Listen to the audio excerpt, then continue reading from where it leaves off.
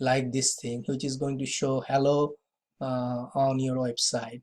So similarly, some other transformation you can also try using the same concept. There is also another concept called for each. So for each is a kind of create the loop. So if you have 18 courses you want to display here, instead of writing like in 18 courses, you can just write XLS for each. So that's going to loop through it. So it is a language that kind of helps you to transform between XML or from XML to a different language.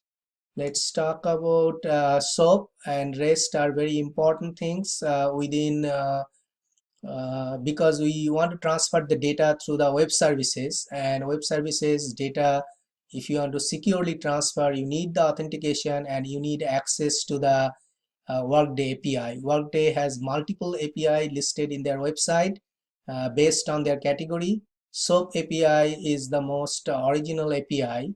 Using SOAP UI is a free uh, like a development protocol. You can download this thing and you can access a SOAP based API within Workday from the list, and then create an action file to consume as an XML file. You can create an XML file from here for to consume. SOAP action and content types are the important things after you complete the SOAP UI configuration and test it, and then you can install this thing through SQL Server integration.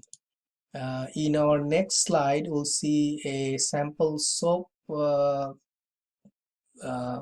script, how it's being used. You can see that envelope is an important concept, but within an envelope there are all these things, profile generator things are used, and then this thing can be consumed as this thing looks like an XML file, right? So this thing can be consumed within Workday or any external like a system.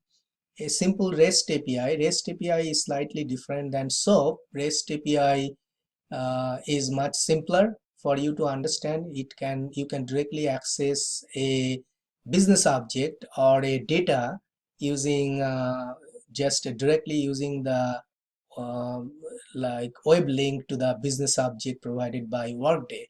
We want to, in order to illustrate it clearly, we want you to try Facebook, YouTube, or Facebook. If you want to create a JSON type of REST script, you can just go to graphfacebook.com YouTube. At this point, when I tested it, one error message was coming.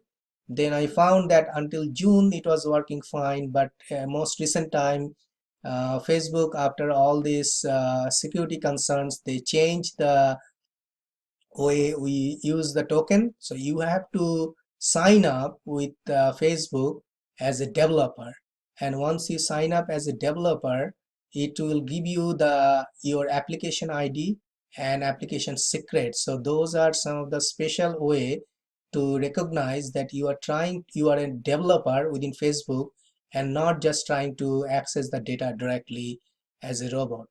And once you do that, it's going to create you give you a token, and using that, if you use your own Facebook, because you cannot use somebody else's Facebook for authentication, you can give your own application ID and application secret or application token, and it's going to give you an access to your pages in a JSON format.